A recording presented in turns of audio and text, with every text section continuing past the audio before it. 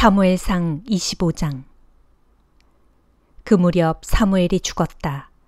온 이스라엘 백성이 모여 그의 죽음을 슬퍼했다. 사무엘은 라마에 있는 자기 고향에 묻혔다.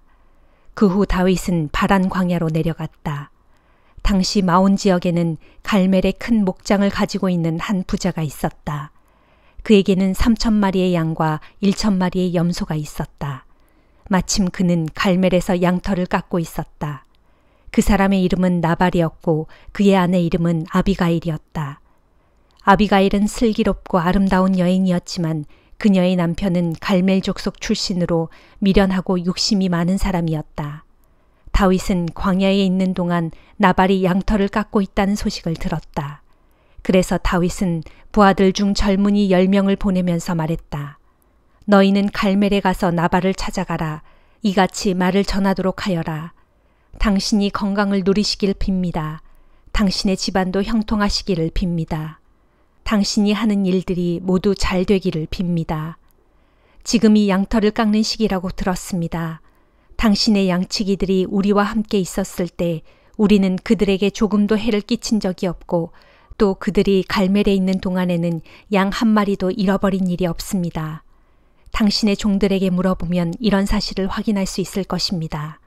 그러므로 이처럼 축제 기간에 당신을 방문했으니 내가 보낸 젊은이들을 기쁘게 맞아주시고 당신의 아들과 같은 이 다윗과 종들에게 무엇이든 음식을 좀 보내주셨으면 합니다. 다윗의 부하들은 다윗의 말을 그대로 전했다. 그런 후 나발의 반응을 기다렸다.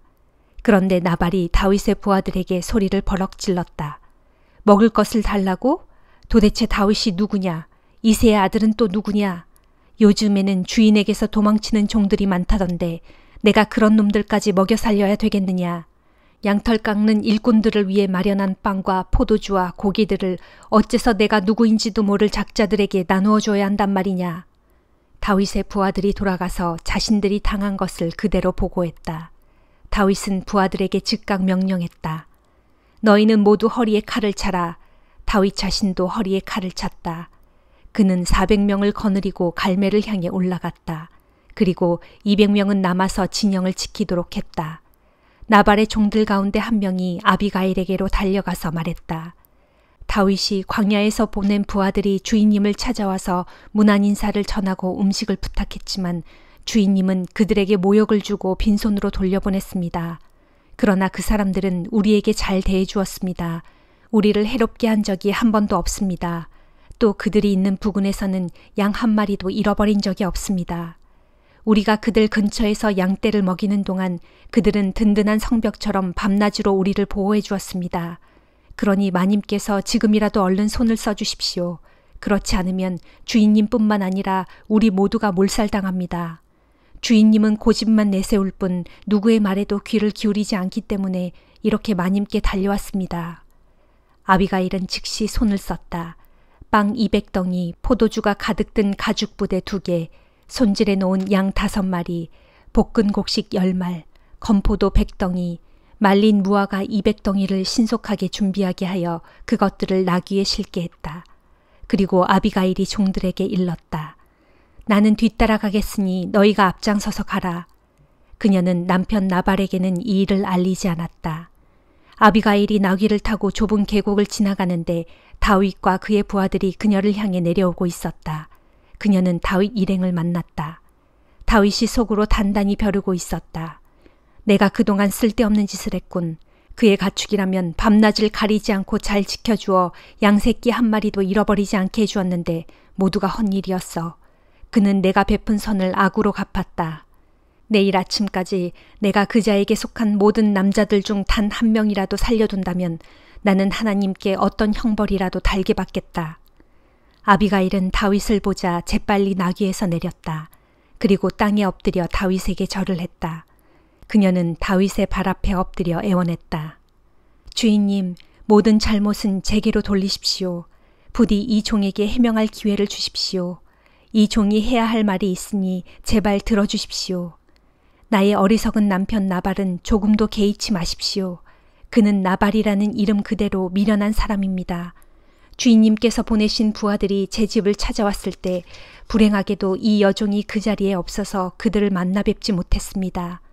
주 하나님께서는 주인님이 직접 피를 흘리지 않도록 또 직접 주인님의 손으로 복수하는 일이 없도록 막아주셨습니다. 하나님께서 살아계심을 두고 맹세하고 또 주인님께서 살아계심을 두고 맹세하지만 주인님의 원수들과 주인님께 해를 끼치려고 하는 자들은 모두 나발처럼 되기를 원합니다. 여기 주인님의 여종이 가져온 선물을 받아주셔서 주인님을 따르는 사람들에게 나눠주도록 하십시오. 다시금 빕니다. 부디 이 여종의 무례함과 잘못을 용서해 주십시오. 하나님께서는 분명히 주인님을 위하여 굳건한 왕조를 세우실 것입니다. 왜냐하면 주인님은 하나님의 싸움을 하시는 분이기 때문입니다. 또 주인님이 죽는 날까지 아무런 재난도 일어나지 않도록 주인님을 잘 보살펴 주실 것입니다. 누군가 주인님의 목숨을 빼앗으려고 뒤쫓을지라도 주인님은 아무런 해도 입지 않으실 것입니다. 주인님의 하나님이신 주께서 생명의 보자기에 주인님을 잘 싸서 보호해 주실 것이기 때문입니다. 하지만 주인님의 원수들의 생명은 하나님께서 무림매로 팔매질을 하듯 멀리 내팽개쳐 버리실 것입니다. 하나님께서 약속하신 대로 주인님이 이스라엘을 다스리는 왕이 되시면 이번 일로 인해 공연히 피를 흘린 일이나 손수 원수 갚으신 일로 후회하거나 양심의 가책을 느끼실 필요가 없을 것입니다. 하나님께서 주인님을 그토록 좋은 자리로 인도해 주실 때 부디 이 여종도 기억해 주시기를 바랍니다. 다윗이 아비가일에게 말했다.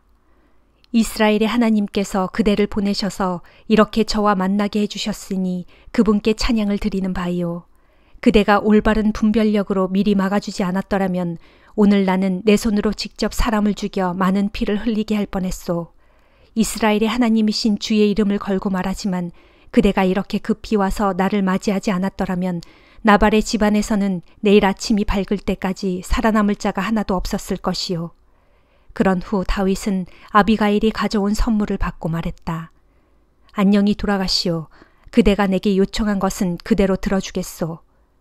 아비가일이 집에 돌아와 보니 나발이 자신이 마치 왕이라도 된 듯이 호화로운 술잔치를 벌이고 있었다. 그는 몹시 취한 상태에서 흥에 겨워 있었다. 아비가일은 날이 밝을 때까지 나발에게 아무 말도 하지 않았다. 다음 날 아침 나발이 제정신을 되찾자 아비가일은 그동안에 있었던 일을 그에게 이야기했다. 이야기를 듣다가 나발은 갑자기 심장마비가 일어나 몸이 돌처럼 굳어졌다. 열흘쯤 지난 후 주께서 나발을 치셨다. 그러자 그가 숨을 거두었다. 나발이 죽었다는 소식을 듣고 다윗이 말했다. 주를 찬양할지어다.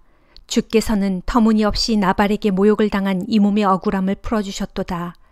주께서는 이 종이 직접 잘못된 행위를 하지 않도록 막아주시고 나발로 하여금 자기의 악한 행실에 대해 스스로 책임지게 하셨도다. 그리고 다윗은 즉시 아비가일에게 사람을 보내어 자기 아내가 되어달라고 청혼했다. 다윗의 종들이 갈멜로 가서 아비가일에게 말했다. 주인님께서 댁을 모셔다가 아내로 삼으시려고 저희를 보냈습니다. 그러자 아비가일은 땅에 엎드려 큰절을 한 다음 이렇게 말했다. 이 몸은 내 주인님의 여종이오니 내 주인님을 섬기는 종들의 발까지도 기꺼이 씻어드리겠습니다. 아비가일은 서둘러 떠날 채비를 했다. 그녀는 나귀를 타고 몸종 5과 함께 다윗이 보낸 자들을 따라 다윗에게로 가서 그의 아내가 되었다. 때에 다윗은 이미 이스라엘 여인 아히노암과 결혼을 한 처지여서 이제 아내가 2사람이 되었다. 한편 이전에 사울은 다윗에게 자신의 딸 미갈을 아내로 준 적이 있었다. 그런데 사울은 자기 딸 미갈을 다시 갈림 사람 라이스의 아들 발디에게 주었다. 고린도전서 6장. 여러분 사이에 어떤 다툼이 생겼을 때 왜 그 일의 옳고 그름을 신도들 앞에서 가리려 하지 않고 세상 법정에 맡기려고 하십니까? 여러분은 신도들이 세상을 판단하게 될 것임을 알지 못하십니까? 이처럼 세상이 여러분에게 판단을 받아야 마땅할 터인데 어째서 여러분이 여러분 사이의 사소한 분쟁조차 판단할 능력이 없단 말입니까? 심지어 여러분은 천사들조차도 우리가 판단하게 될 것임을 알지 못합니까? 그럴진대 하물며 이 세상에 속한 일을 여러분이 어째서 감당할 수 없단 말입니까? 그런데도 여러분 사이에 생긴 사소한 분쟁거리를 놓고 어찌하여 여러분은 교회가 하찮게 여기는 세상 사람들을 여러분의 재판관으로 세운단 말입니까? 지금 내가 이 말을 하는 것은 여러분을 부끄럽게 하려는 것입니다. 도대체 교회 안에는 신도들 사이에 이런 분쟁을 해결할 만한 지혜로운 사람이 한 사람도 없단 말입니까? 그래서 신자가 같은 신자인 믿음의 형제에 맞서 서로 고소하고 더욱이 믿지 않는 세상 사람들의 법정 앞에서 시시비비를 가린단 말입니까? 여러분끼리 서로 고소하는 것 자체가 신자인 여러분에게는 이미 패배인 줄을 왜 모르십니까? 형제에게 억울한 일을 당하거든 손해보는 셈 치고 그냥 달게 받아들이십시오. 차라리 그냥 속아주십시오. 그런데 그러기는커녕 여러분은 스스로 불의를 행하면서 속여 빼앗습니다. 그것도 교우들에게 그렇게 행하고 있습니다. 그런 짓을 행하는 자들은 하나님의 나라를 상속받지 못한다는 것을 여러분은 알지 못합니까? 스스로 착각하지 마십시오. 성적으로 문란한 자들, 우상 숭배자들, 간음하는 자들, 남창 노릇을 하는 자들, 동성연애를 하는 자들, 도둑질하는 자들, 탐욕을 부리는 자들, 술꾼들, 남을 헐뜯는 자들, 그리고 다른 사람을 속여 사기를 치는 자들은 결코 하나님의 나라를 상속받을 수 없습니다. 여러분 중에도 이런 사람들이 덜어 있었습니다. 그러나 여러분 대다수는 우리 주 예수 그리스도의 이름으로 또 우리 하나님의 성령으로 죄 씻음을 받아 거룩하게 되었고 의롭게 되었습니다. 나에게는 모든 것이 다 허용되어 있습니다. 하지만 모든 것이 다 유익한 것은 아닙니다. 나에게는 모든 것이 다 허용되어 있습니다. 하지만 나는 아무 것에도 얽매이지 않을 것입니다. 음식은 배를 채우기 위해 있고 배는 음식으로 채워지기 위해 있습니다. 하지만 하나님께서는 음식도 배도 둘 다 모두 없애버리실 것입니다. 우리 몸은 성적인 문란함을 위해서 있는 것이 아니라 주님의 영광을 나타내기 위해서 있는 것이며 또한 주님은 우리 몸을 위해 계십니다. 하나님께서 우리 주 예수를 죽은 자들 가운데서 살리셨으니 그분의 권능으로 우리 역시 죽은 자들 가운데서 살리실 것입니다. 여러분은 여러분의 몸이 그리스도의 지체라는 것을 알지 못합니까? 그러할진대 그리스도의 지체인 여러분이 창녀와 몸을 섞음으로써 창녀의 지체가 되게 해서야 되겠습니까? 절대로 그럴 수 없습니다. 창녀와 몸을 섞으면 그 사람은 창녀와 한 몸이 되어버린다는 것을 왜 알지 못한단 말입니까? 성경에 보면 두 사람이 결합하여 한 몸이 될 것이다라는 말씀이 있습니다. 그러나 여러분이 자기 자신을 주께 바침으로써 주와 합한다면 여러분은 주와 한 영이 됩니다. 그러므로 성적으로 방탕해서는 결코 안 됩니다. 세상의 다른 모든 죄는 몸 밖에서 저질러지는 것이지만 성적인 음행의 죄는 자기 몸에게 죄를 짓는 것입니다. 여러분의 몸은 성령의 집입니다. 즉 여러분 안에는 하나님께로부터 주어진 성령이 상주하고 계시는 바 곧 성령의 집인 것입니다. 여러분의 몸은 여러분 자신의 것이 아닙니다. 하나님께서 값을 치르고 여러분을 사셨기 때문입니다. 그러므로 여러분은 모쪼록 여러분의 몸으로 하나님께 영광을 돌리십시오. 에스겔 4장. 주께서 내게 말씀하셨다. 이르시기를 너 사람아 너는 납작한 흙벽돌을 가져와서 내 앞에 놓고 그 위에다 한 성읍 곧 예루살렘 도성을 그려라. 그런 다음 그 도성을 포위하는 행위를 시작하여라. 곧 성벽을 공격할 사다리를 세우고 공격용 흙 언덕을 쌓고 진을 치고 성벽을 허물어뜨릴 쇠망치를 배치시켜라. 그런 다음 또 얇은 철판을 가져다가 너와 도성 사이에 두어 철 성벽을 세우고 대적이 그 도성을 포위하는 것처럼 그 도성을 에워싸라. 이것은 이스라엘 족속에 대한 한 징조인데 곧 머자나 예루살렘 도성이 이처럼 포위 공격을 당할 것이다. 또 너는 왼편으로 누워서 이스라엘 족속의 죄악을 감당하도록 하여라. 내가 그렇게 누워있는 날수만큼 너는 그들의 죄악을 감당하게 된다. 나는 이스라엘 족속이 내 앞에서 죄악을 저지른 횟수대로 내가 감당해야 할 날수를 정해두었는데 그 날수는 곧 390일이다. 그러므로 너는 390일 동안 왼편으로 누워서 이스라엘 족속의 죄악을 감당해야 한다. 그리하여 마침내 그 날수가 다 차면 너는 이제 오른편으로 누워서 유다 족속의 죄악을 감당하라. 유다 족속을 위해서는 내가 그 날수를 40일로 정하였는데 여기서 1일은 1년을 가리킨다. 너는 또 그렇게 누워있을 때에도 내 얼굴을 포위된 예루살렘 쪽으로 향하고 팔을 걷어붙인 채 그 도성의 멸망을 예언하라. 이때 내가 내 몸을 밧줄로 꽁꽁 묶어서 내가 이쪽으로도 저쪽으로도 돌아눕지 못하게 할 것이니 내가 예루살렘 도성을 포위한 모든 날수를 다 채울 때까지 그렇게 할 것이다. 너는 또 밀과 보리와 콩과 팥과 조와 귀리를 준비하여 그것들을 모두 한 그릇에 담은 뒤 그것들로 빵을 굽도록 하여라. 그리고 내가 옆으로 누워있는 390일 동안 그 빵을 내내 먹도록 하여라. 그 빵을 먹되 하루에 빵 20세겔의 무게만큼만 달아 매일 시간을 정해놓고 먹도록 하여라.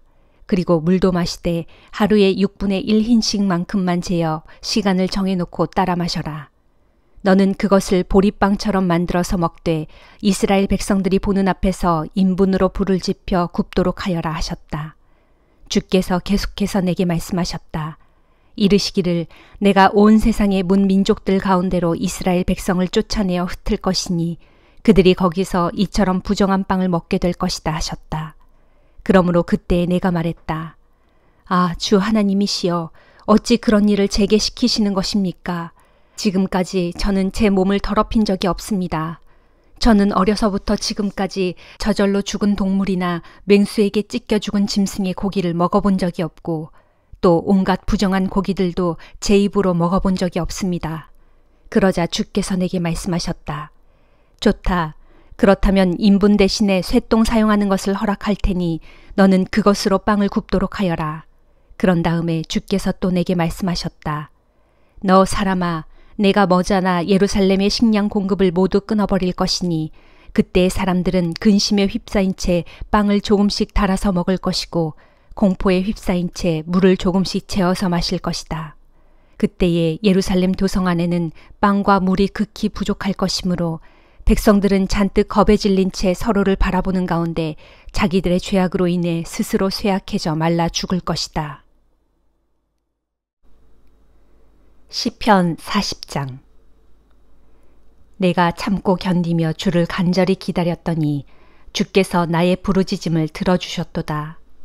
주께서 나를 절망의 구덩이와 멸망의 진흙 수렁에서 건져주시고 내 두 발을 든든한 바위 위에 올려놓으셨으니 이제 나는 힘차게 걸을 수 있게 되었도다. 주께서 내 입에 새 노래를 담아주셔서 나로 소리 높여 주님을 찬양하게 하시니 수많은 사람들이 그 노래소리를 듣고 두려워하는 마음으로 주를 믿고 의지하도다. 복되도다. 오직 주를 신뢰하여 교만한 자나 거짓 신을 쫓는 자를 거들떠보지도 않는 자여. 오, 주 나의 하나님이시여, 주께서는 우리를 위해 놀라운 일들을 수없이 행하시며 우리를 위해 수많은 계획들을 세우시니 아무도 주님 앞에 그것들을 다 열거할 수 없습니다. 그러므로 내가 주의 놀라운 일들을 세상에 널리 알리려고 해도 그토록 수많은 일들을 어찌 다 헤아릴 수 있겠습니까? 주께서 내 두 귀를 활짝 여시어 내게 들려주시기를 나는 제물과 제사를 기뻐하지 아니하고 번제물과 속죄제물도 요구하지 않는다 하셨습니다. 그래서 내가 주께 아뢰기를 주여, 이 몸이 이렇게 주 앞에 나왔습니다. 나에 대해 기록한 것이 이 율법 두루마리 책에 다 적혀 있습니다. 나의 하나님, 내가 그 두루마리 책의 말씀에 따라 주의 뜻대로 살기를 원합니다.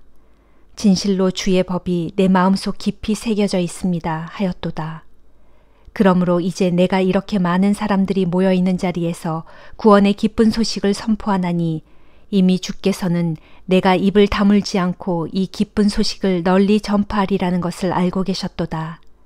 진실로 나는 주의 의로우심을 나의 마음속에만 간직해두지 않았고 주의 신실하심과 구원하심을 널리 선포하였도다.